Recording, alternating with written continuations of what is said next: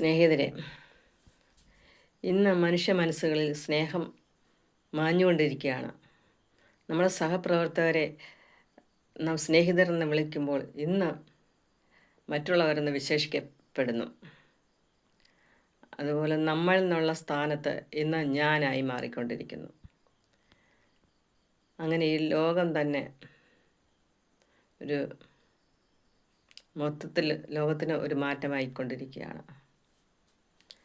ഇന്നത്തെ ജീവിതം പണ്ടത്തെ ജീവിതവും മാറിപ്പോയിരിക്കുന്നു. എല്ലാം മാറി മറിഞ്ഞു പോയിരിക്കുന്നു. എല്ലാം അന്യപ്പെട്ടുകൊണ്ടിരിക്കുകയാണ്. എല്ലാവരും സഹപ്രവർത്തകരെയും മറ്റുള്ളവരെ എല്ലാം അന്യപ്പെട്ടുകൊണ്ടിരിക്കുകയാണ്.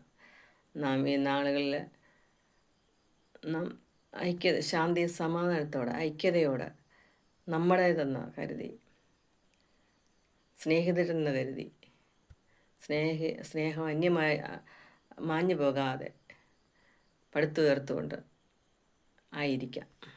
ശരി.